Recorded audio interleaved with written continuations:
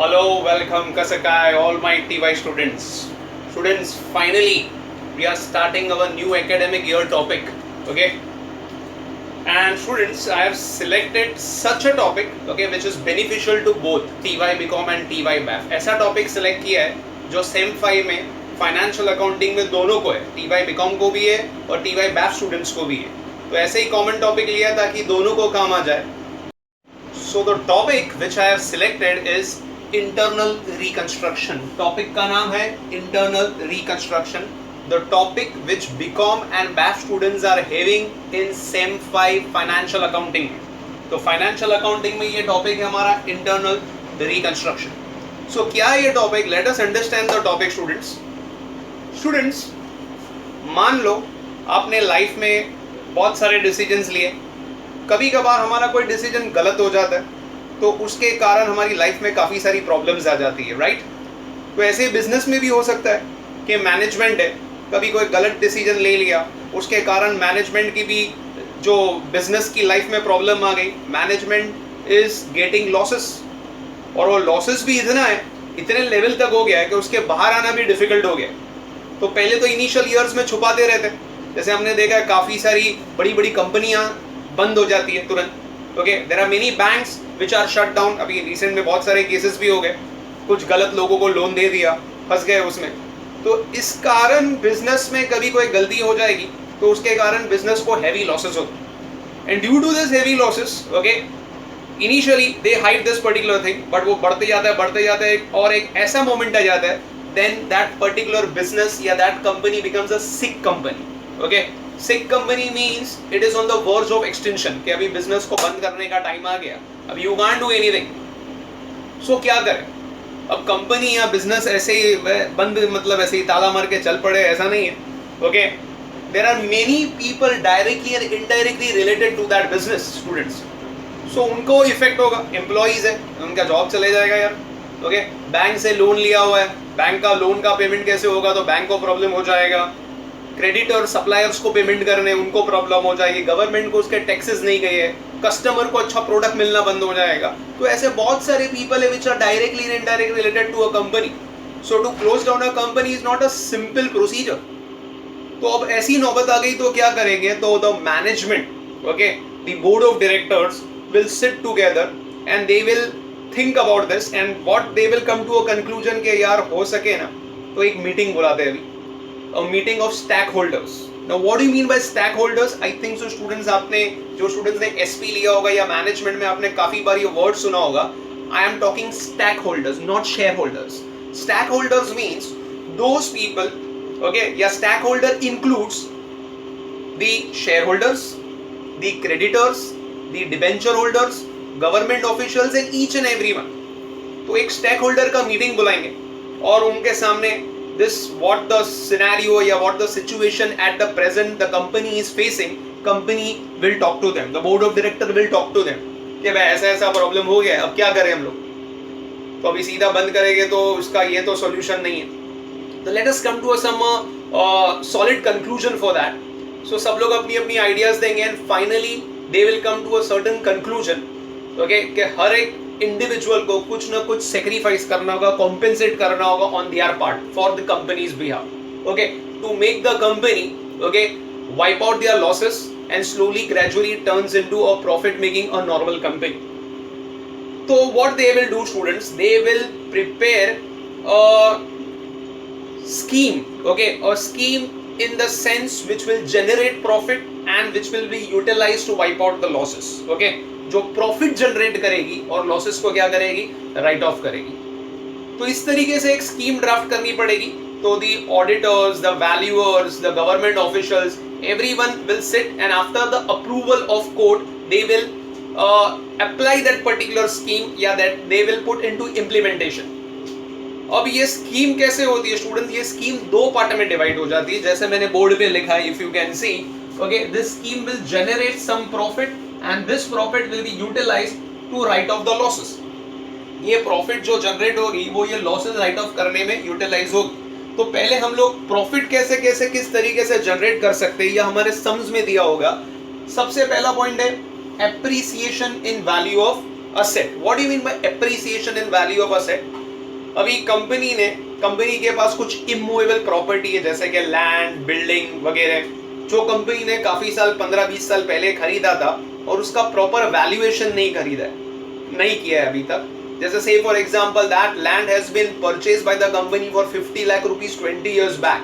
आज उसका वैल्यू हो गया 8 करोड़, 7 करोड़, 10 करोड़. तो वो प्रॉपर वैल्यूअर को बुलाकर उसका वैल्यू कैलकुलेट करेंगे, और अगर असेट का वैल्यू बढ़ गया, एप्रिशिएट हो गया असेट, तो it's like a profit to the company. So appreciation and value of asset will generate profit. One kind of profit is there ना. 50 लाख की चीज आज 8 करोड़ 10 करोड़ हो गई उसकी वैल्यू, तो उतना एप्रिशिएट हो गया, उतना प्रॉफिट जनरेट हो गया. This is one of the way. Second, liability settle at less than the book value. Book में एक रिकॉर्डेड लायबिलिटी है 5 लाख की, उनसे बातचीत की कि भाई ऐसा ऐसा प्रॉब्लम है, अभी कुछ आप भी करो थोड़ा कॉम्पेंसेट. ओके, नहीं तो अगर एकदम रिजिड बन के रहोगे तो फिर जो है वो भी चला जाएगा. अब सामने वाला बंदा अगर कंजर्वेटिव रहेगा ना, तो वो क्या सोचेगा, यार ये 5 लाख अगर मैं अभी अड़ के रहूंगा तो ये 5 लाख तो जाएंगे. तो वो बोलेगा चल भाई ठीक है, मेरे को 3 लाख रुपया दे देना, 2 लाख रुपए तेरे को माफ किया.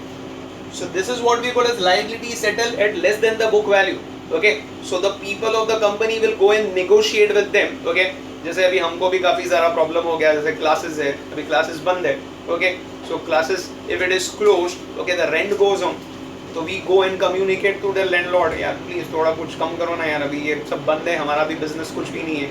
Okay, so what can we do? So all this businessman will talk to the landlord people, and if they reduce that, it is well and good. So that is like a liability settled at less than the book value. Outstanding interest waived. Waived means cancelled. Debentures holders होते हैं ना, आपने देखा होगा 8% debenture, 10% debenture, 12% bank loan. What is this 8, 10 and 12? Okay, these are all what? These are the rate of interest. Okay, these are the rate of interest which we have to pay to them. तो if they at least, उनको मैं बोलूंगा कि यार आप principal amount ले लो, interest तो माफ कर दो, अभी प्रॉब्लम है, कंपनी लॉस मेकिंग है, कल उठकर अगर अच्छा कमाएंगे तो will give you that returns. At present at least give us that waiver. So वो वेव्ड कर देंगे, माफ कर देंगे, तो it is like a profit generate. तो वापस से क्या हो जाएगी, प्रॉफिट जनरेट हो जाएगी. Okay, that will generate profit. Last but not the least is reduction in paid up value of shares and debentures. Shares और डिबेंचर्स का वैल्यू क्या कर देंगे, रिड्यूस कर देंगे. ओके, जैसे कि 100 रुपए का शेयर है तो उसको 80 रुपीज कर देंगे.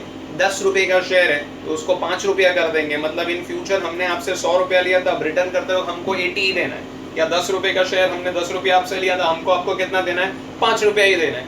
तो वो reduction in value of share, reduction in liability will also generate what students, profit. तो this are the sources from where the profit can be generated. अब एक बार ये प्रॉफिट जनरेट हुई यहाँ से, तो that will be utilized to write off the losses. तो losses write off करने में काम आएगा. तो लॉसेस राइट ऑफ करने में कौन सी पॉइंट्स मैंने लिखी, जो बेसिकली स्टूडेंट्स मैंने जो पॉइंट्स लिखी वो अपने सम में आती है. So it is very important. Now the profits are generated, तो that will be utilised for writing off the losses. तो first loss is what, depreciation on fixed asset. Company को इतने साल से प्रॉफिट ही नहीं हुई थी, तो कंपनी ने डेप्रिसिएशन ही प्रोवाइड नहीं किया अपने फिक्स्ड एसेट्स पे. तो now the profit has been realized, so that what they will do, they will depreciate the fixed asset to bring its proper book value. तो उनको depreciate करेंगे. ओके, तो एक टाइप का ये एक एक्सपेंस राइट ऑफ होगा. Writing of intangible asset and losses, short form में लिखा है writing of intangible asset and losses. Okay, जो भी intangible assets of the business है, ओके, जैसे कि गुडविल. अभी एक लॉस मेकिंग कंपनी का स्टूडेंट्स गुडविल कैसे हो सकता है ना, वो 5 साल 10 साल 15 साल पहले का गुडविल अभी तक वो बैलेंस शीट में दिखाई दे रहा है. तो राइट ऑफ इट यार. तो वो राइट ऑफ करने के लिए पैसा ही नहीं था, अभी प्रॉफिट आ गई तो दे विल राइट ऑफ.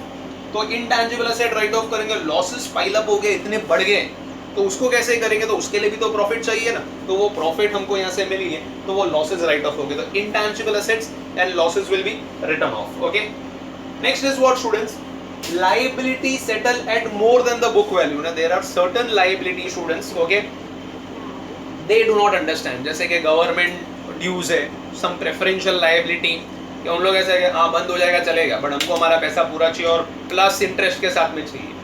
तो अपने बुक में 100 रुपए की लाइबिलिटी, अब इतने टाइम से पे नहीं किया तो वो 120 रुपया हो गया. ओके, तो 100 rupees now you to pay 120. That means you are paying more than the book value. Okay, so it's like a loss. So liability settled at more than the book value, so that is a loss. Next is contingent liability paid. What do you mean by contingent? Contingent means those liabilities which are not recorded in the books of account. It is below the books of account. Balance sheet में दिखाई नहीं देती, book value उसका zero होता है.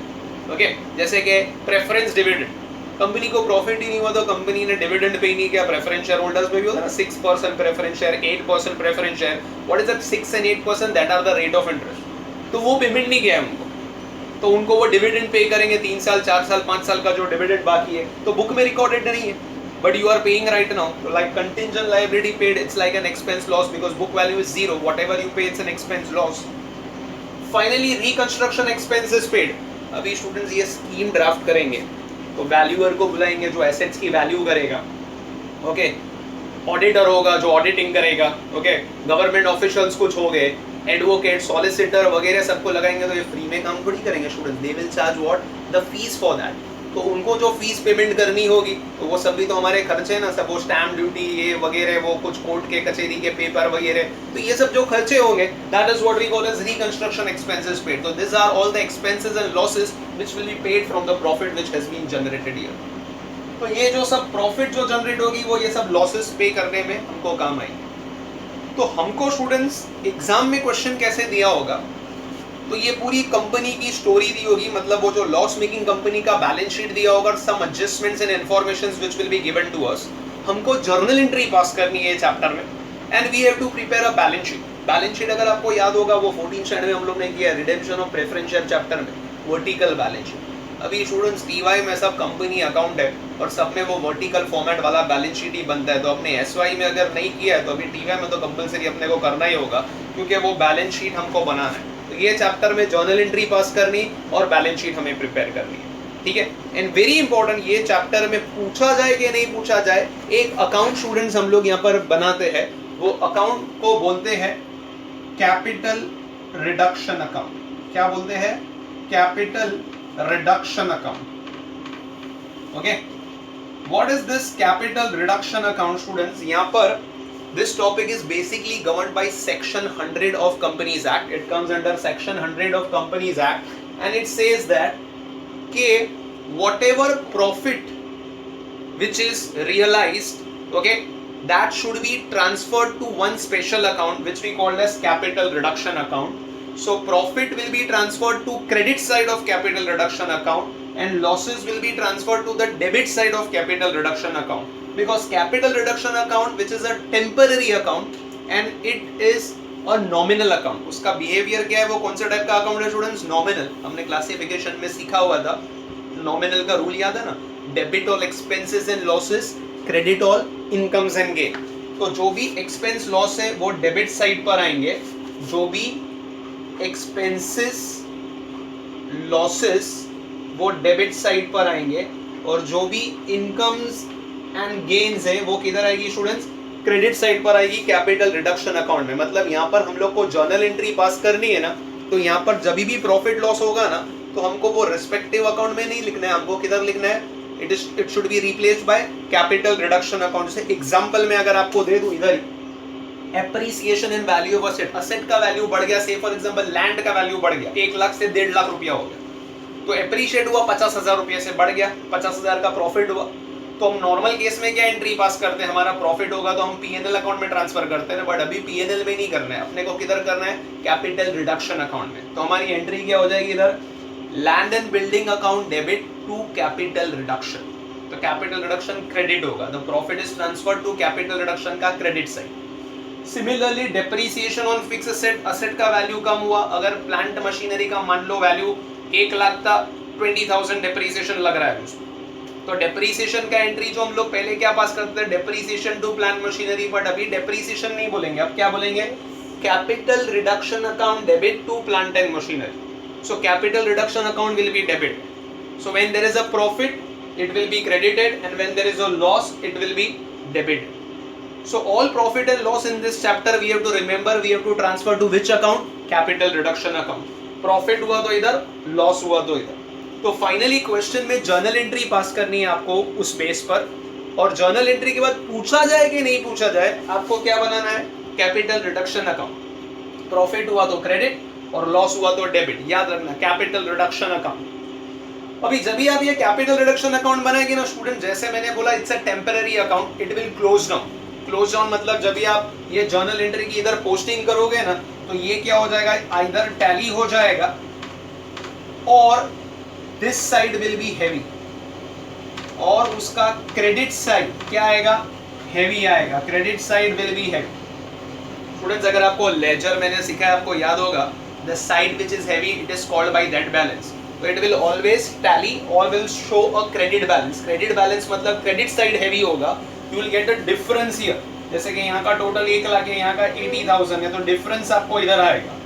This difference you have to transfer to capital reserves account. ये difference आपको किधर ट्रांसफर करना है स्टूडेंट्स, कैपिटल रिजर्व्स अकाउंट में ट्रांसफर करना है। किधर ट्रांसफर करना है, कैपिटल रिजर्व्स अकाउंट में ट्रांसफर करना है। इसका बोलने का मतलब क्या है कि प्रॉफिट जनरेट हुई, से फॉर एग्जांपल 1 लाख रुपया, सामने 1 लाख का लॉस रहेगा, एक्सपेंस रहेगा, वो राइट ऑफ हो गया तो वो टैली हो जाएगा। बट 1 लाख की प्रॉफिट जनरेट हुई, सामने 90,000, can you wait properly, fine.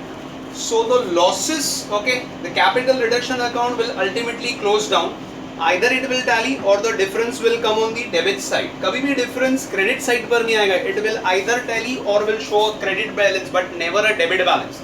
So this is like a counter check. आप एग्जाम्स में भी देख सकते हो, या तो वो टैली हो जाएगा आपका सम में, या तो डिफरेंस आपका इधर आएगा। कभी भी डिफरेंस ये साइड पर नहीं आएगा। अगर डिफरेंस आपका इधर आया, मतलब समझ लो स्टूडेंट्स आपने गलत किया है, तो ऑलवेज या तो वो टैली होगा या डिफरेंस आपका किधर आएगा, इधर आएगा।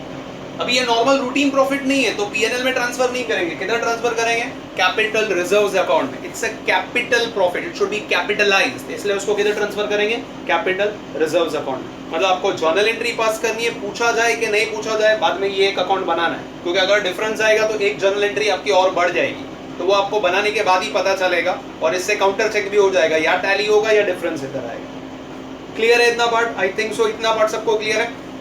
सो स्कीम इस तरीके से ड्राफ्ट होगी, प्रॉफिट जनरेट होगी, profit will utilize to pay off the losses, okay. Journal entry पास करेंगे कंसीडरिंग ऑल दिस पॉइंट्स, उसमें जो भी प्रॉफिट होगा तो कैपिटल रिडक्शन अकाउंट क्रेडिट करना है जर्नल एंट्री में, और लॉस हुआ तो डेबिट करना है। लेजर अकाउंट बाद में बनाना है, पूछा जाए कि नहीं पूछा जाए, ये टैली होगा या डिफरेंस ये तरफ आएगा, ओके।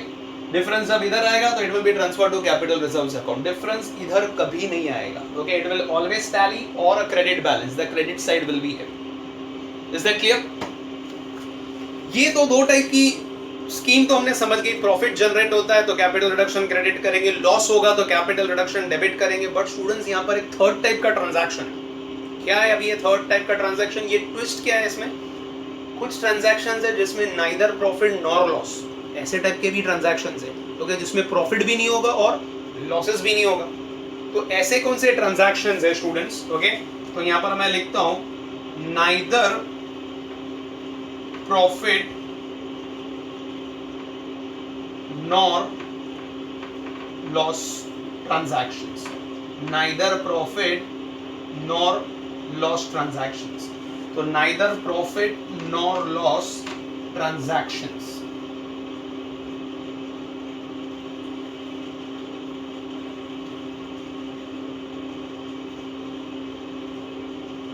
ठीक है। So neither profit nor loss transactions कौन से स्टूडेंट्स? तो अगर मैं आपको बताऊं तो सबसे पहला ट्रांजैक्शन इधर आता है, liability settled at book value. Liability settled at book value मतलब क्या? बुक में 100 रुपए की लायबिलिटी है, 100 रुपया ही आप अगर पे कर रहे हो तो that is liability settled at book value. उसको क्या बोलेंगे? Liability settle at book value. ना ही आपको ज्यादा देना है ना ही आपको कम देना है, तो आपको प्रॉफिट लॉस नहीं होगा, और अगर आपको प्रॉफिट लॉस नहीं होगा तो there will be no capital reduction account. You getting my point? Next उसके बाद दूसरा है fresh issue, fresh issue of shares, okay. तो फ्रेश इशू की जर्नल एंट्री अगर हमको पास करनी है तो what is the journal entry of fresh issue students? Cash bank account debit to share capital ना, तो वापस से फ्रेश इशू करेंगे ना, सबका पेमेंट्स करना है तो नए शेयर इशू करेंगे तो पैसा आएगा, बिजनेस में इनफ्लोज आएगा, that will be utilized to pay off the dates.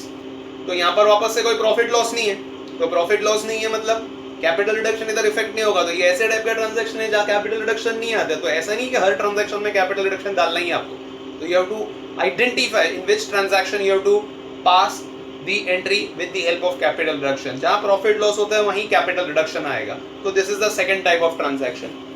Third is cancellation of contingent liability. Cancellation of contingent liability. Okay students, मैंने आपको बोला था कंटिंजेंट लायबिलिटी का बुक वैल्यू क्या होता है? 0. बुक वैल्यू मतलब बुक में रिकॉर्डेड नहीं है. तो बुक में रिकॉर्डेड लायबिलिटी अगर कैंसिल होगी तो profit. But the liability which is not recorded in the books and if that is cancel so no profit no loss ना. हमारे को कोई फर्क ही नहीं पड़ेगा. हमारे बुक में ऐसा कुछ था ही नहीं तो वो सेटल हो रहा है तो आउट एंड आउट हो रहा है. बुक्स में कुछ इफेक्ट नहीं होगा. हाँ, बट इफ यू पे the contingent liability it's a loss because book value is 0. जितना पे करोगे आपको लॉस है. जो नहीं पे करेंगे तो no effect, no profit, no loss. Okay, so no effect. So cancellation of contingent liability, no entry, book value is 0. And last but not the least again, okay, changes in rate of dividend or interest. Okay, changes in the rate of dividend and interest. Okay, तो changes in the rate of dividend and interest मतलब क्या? 8% debenture था अब 10% हो गया. Okay मतलब पहले तक अब 8% रेट ऑफ इंटरेस्ट पे करते थे उनको और फ्यूचर से अब कितना देने वाले उनको? 10%. या 12% प्रेफरेंस शेयर था अभी 8% प्रेफरेंस शेयर हो गया. पहले 12% का रेट ऑफ डिविडेंड था अब कितना हो गया? 8%. मतलब